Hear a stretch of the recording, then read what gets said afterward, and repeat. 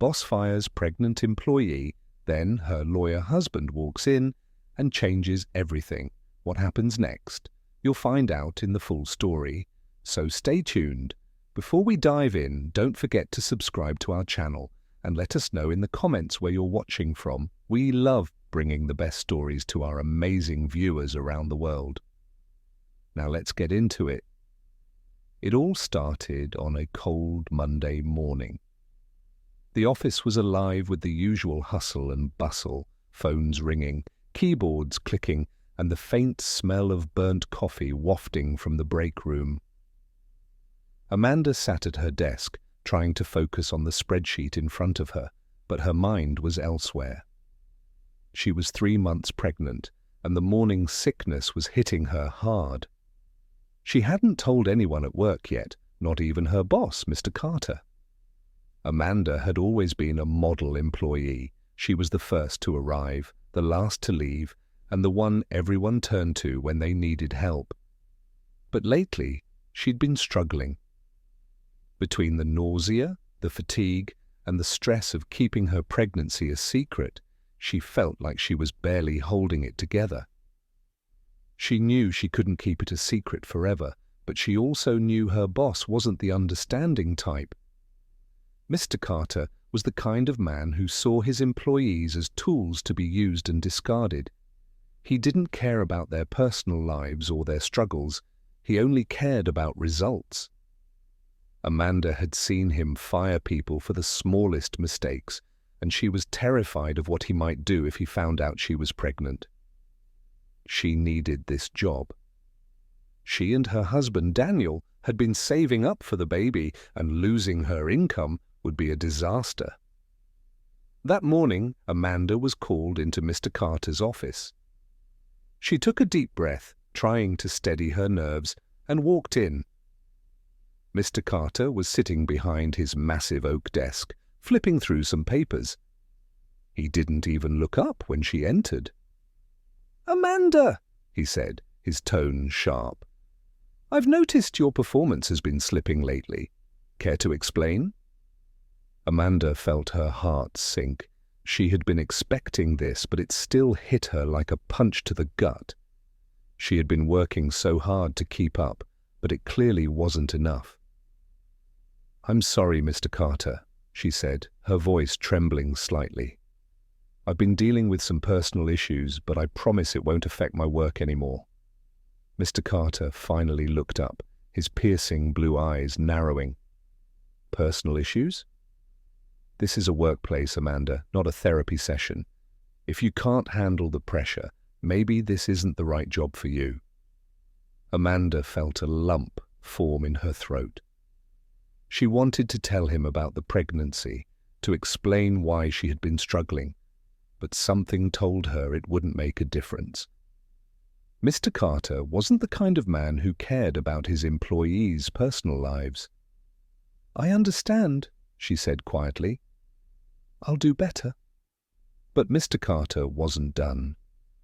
He leaned back in his chair, a smug smile playing on his lips. "You know, Amanda, I've been thinking. Maybe it's time for some changes around here. We need people who are fully committed to the job, not distracted by whatever it is you're dealing with." Amanda's stomach dropped. She knew what was coming, but she couldn't believe it. After everything she had done for the company, after all the late nights and missed weekends, this was how she was being treated. "Are you firing me?" she asked, her voice barely above a whisper. Mr. Carter shrugged, as if it were no big deal. "Let's call it a mutual decision. You're free to pack up your things and leave by the end of the day." Amanda felt tears sting her eyes, but she refused to let them fall. She wouldn't give him the satisfaction. Instead, she nodded, turned on her heel, and walked out of the office. The moment she stepped outside, the tears came. She felt humiliated, betrayed, and terrified. How was she going to support herself and her baby without a job? But Amanda wasn't the type to wallow in self-pity for long. She wiped her tears, took a deep breath, and called the one person she knew she could count on. Her husband, Daniel. Daniel was a lawyer, and not just any lawyer. He was one of the best in the city, known for taking on big corporations and winning. When Amanda told him what had happened, he was furious. "He fired you, just like that?" Daniel said, his voice rising. "That's illegal, Amanda. He can't fire you for being pregnant." "I didn't tell him I was pregnant," Amanda admitted. "I was afraid of how he'd react." Daniel sighed, his anger giving way to concern. "It doesn't matter. What he did was wrong, and we're not going to let him get away with it. I'll handle this." Amanda felt a flicker of hope. If anyone could take on Mr. Carter and win, it was Daniel. But she also knew it wouldn't be easy. Mr. Carter was a powerful man with deep pockets and a team of lawyers at his disposal. This wasn't going to be a simple fight. The next day, Daniel showed up at Amanda's office. He was dressed in a sharp suit, his briefcase in hand, and he looked every bit the part of a man on a mission. Amanda watched from the break room as he walked straight into Mr. Carter's office without knocking. She couldn't hear what was being said, but she could see the look on Mr. Carter's face. He looked angry, then surprised, then worried. When Daniel finally emerged, he was smiling. "Pack up your things, Amanda," he said. "We're leaving." Amanda felt a pang of disappointment. She had hoped Daniel would be able to fix things to get her job back. But it seemed like Mr. Carter had won after all. As they walked out of the building, Amanda turned to Daniel. "What happened in there?" Daniel's smile widened. "Let's just say Mr. Carter is going to regret messing with you." Amanda didn't know what that meant, but she trusted Daniel. And over the next few weeks, she began to see what he meant.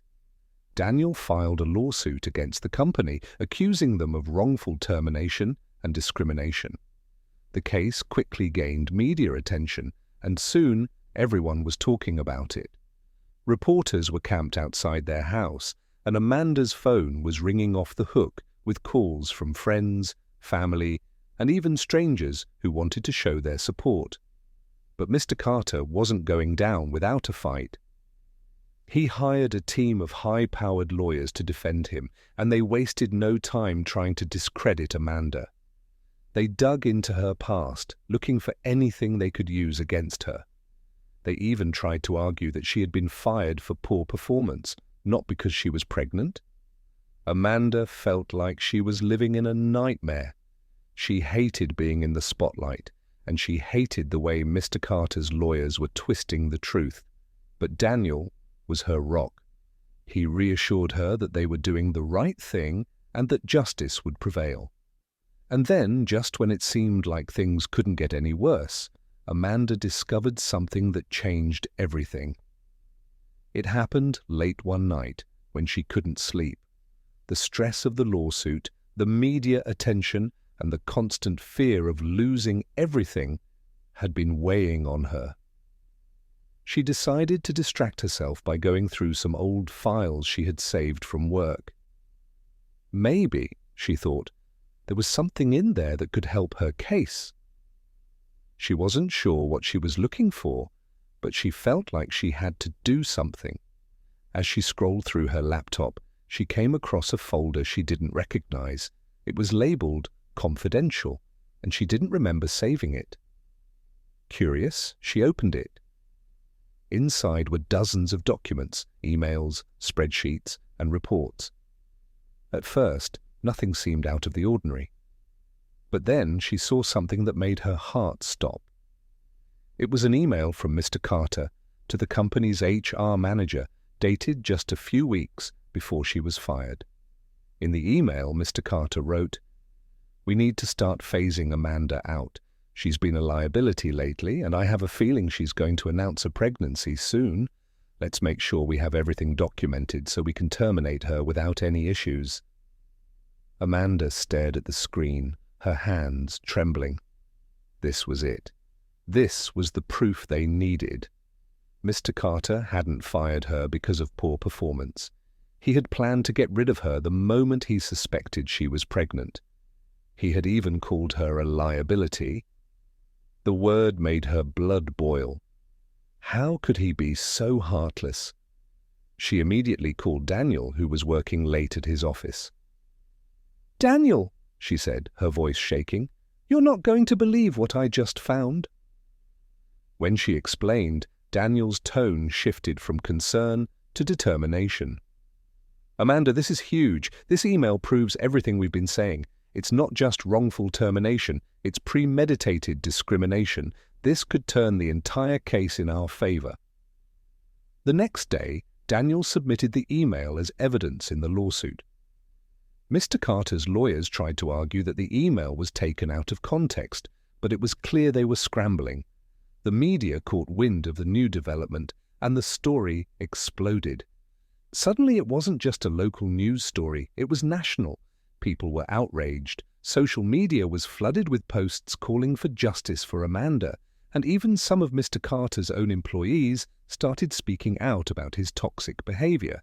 But Mr. Carter wasn't done fighting. He was a man who thrived on control, and he wasn't about to let Amanda and Daniel take him down without a fight. He called a press conference where he painted himself as the victim. He claimed that Amanda was a disgruntled employee who was trying to ruin his reputation and that the email had been misinterpreted. He even went so far as to accuse Daniel of manipulating the legal system for personal gain. Amanda watched the press conference on TV, her stomach churning. She couldn't believe the lies he was telling. But Daniel wasn't fazed. "Let him talk," he said. "The more he tries to defend himself, the more he's going to slip up." And Daniel was right. During the press conference, a reporter asked Mr. Carter a simple question. "If Amanda's performance was so poor, why didn't you document it before firing her?" Mr. Carter stammered, clearly caught off guard. He mumbled something about verbal warnings, but it was obvious he was lying. The clip went viral, and public opinion turned even further against him. As the trial date approached, Amanda started to feel a glimmer of hope. For the first time in weeks, it felt like the truth was finally coming to light. But then, something happened that shook her to her core. One evening, as she and Daniel were having dinner, there was a knock at the door. Daniel answered it, and standing there was a man in a suit holding an envelope.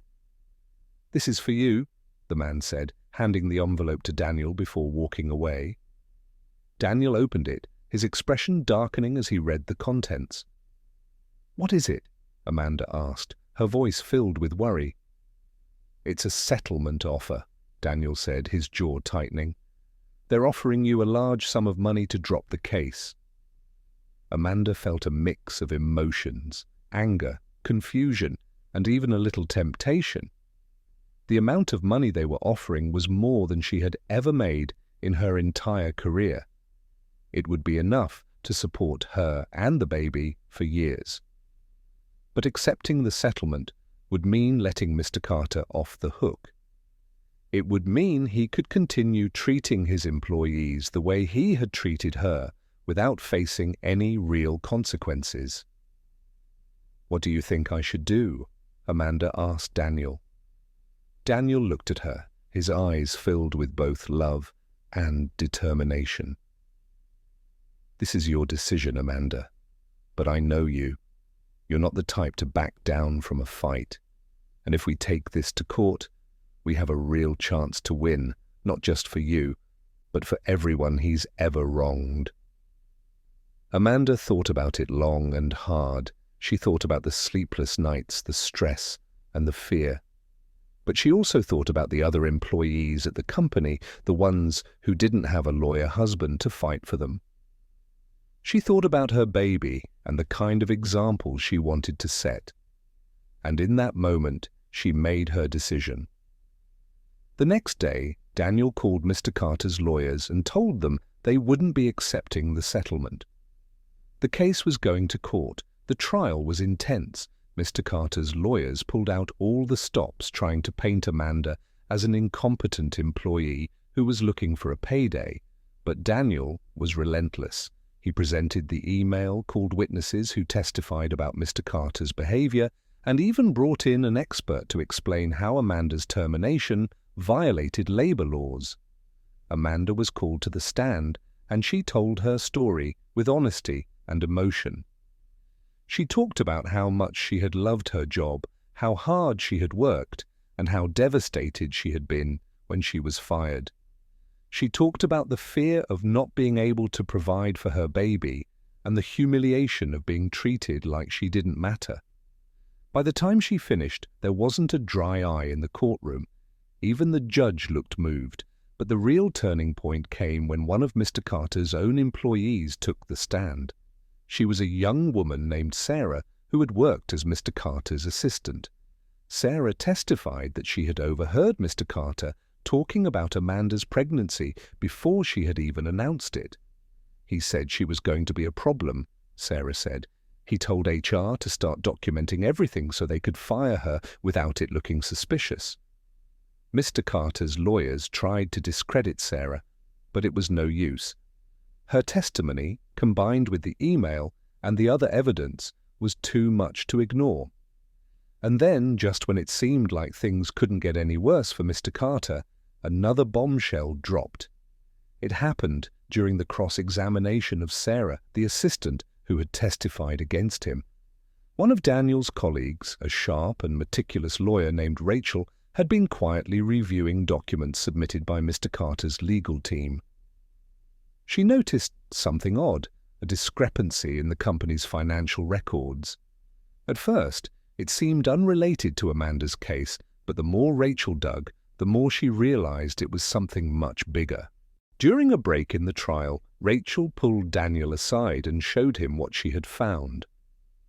"Daniel," she said, her voice low but urgent, "I think Mr. Carter has been embezzling money from the company." Daniel's eyes widened. "Are you sure?" Rachel nodded. "Look at these numbers. They don't add up. He's been funneling money into a private account. If we bring this up in court, it could completely destroy his credibility." Daniel hesitated. The embezzlement wasn't directly related to Amanda's case, and bringing it up could complicate things. But at the same time, it was clear that Mr. Carter wasn't just a bad boss. He was a criminal. After a brief discussion with Amanda, they decided to go for it. The truth needed to come out, no matter what. When the trial resumed, Daniel stood up and addressed the court. "Your Honor," he said, "we have uncovered new evidence that we believe is relevant to this case. It pertains to Mr. Carter's character and his actions as the head of this company." The judge allowed Daniel to present the evidence, and as he laid out the details of the embezzlement, the courtroom fell silent. Mr. Carter's face turned pale, and his lawyers looked like they wanted to disappear. Daniel explained how Mr. Carter had been secretly transferring company funds into a private account for years, using fake invoices and shell companies to cover his tracks. The revelation was a turning point. Not only did it destroy Mr. Carter's credibility, but it also opened the door for a criminal investigation. The judge ordered an immediate review of the financial records, and Mr. Carter's lawyers looked like they were ready to jump ship. But the most satisfying moment came when Mr. Carter himself was called to the stand. He tried to deny everything, but under cross-examination, he started to crack. Daniel's questions were relentless, and it wasn't long before Mr. Carter's arrogance gave way to desperation. He stumbled over his words, contradicted himself, and eventually admitted to some of the accusations. By the time he stepped down, it was clear to everyone in the courtroom that he was guilty, not just of discrimination, but of fraud as well. The jury deliberated for only a few hours before reaching a verdict. They found in Amanda's favor, awarding her a substantial settlement for wrongful termination and emotional distress. But more importantly, the case had exposed Mr. Carter for who he really was. The company's board of directors immediately fired him, and he was later arrested on charges of embezzlement and fraud. As Amanda and Daniel left the courthouse, they were greeted by a crowd of reporters and supporters. Amanda felt a wave of relief wash over her. For the first time in months, she felt like she could finally breathe. She had stood up for herself, fought for what was right, and won.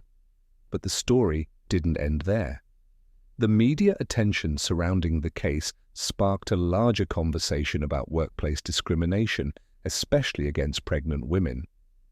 Amanda was invited to speak at events and conferences, sharing her story and advocating for stronger protections for employees. She never imagined she would become a voice for change, but she embraced the role with grace and determination. As for Mr. Carter, his fall from grace was swift and brutal. He lost everything: his job, his reputation, and his freedom. The company he had once ruled with an iron fist began to rebuild under new leadership, with a renewed focus on treating employees with respect and fairness. And Amanda? She went on to start her own business, a small consulting firm that helped companies create inclusive and supportive workplaces. It wasn't easy, but she poured her heart into it, determined to make a difference. She and Daniel welcomed their baby, a healthy little girl, a few months later. They named her Hope, a reminder of everything they had been through and the brighter future they had fought for. Looking back, Amanda realized that being fired was the best thing that could have happened to her. It had been painful and terrifying, but it had also forced her to stand up for herself and discover her own strength. She had faced one of the toughest challenges of her life and come out stronger on the other side. And as she held her baby girl in her arms, she knew one thing for certain. She would teach her daughter to never let anyone tell her she wasn't good enough, to always fight for what was right, and to never, ever give up. Thank you so much for watching. If you enjoyed this story, please don't forget to like, share, and subscribe to our channel. We'd love to hear your thoughts in the comments below. Have a beautiful day, and we'll see you in the next video.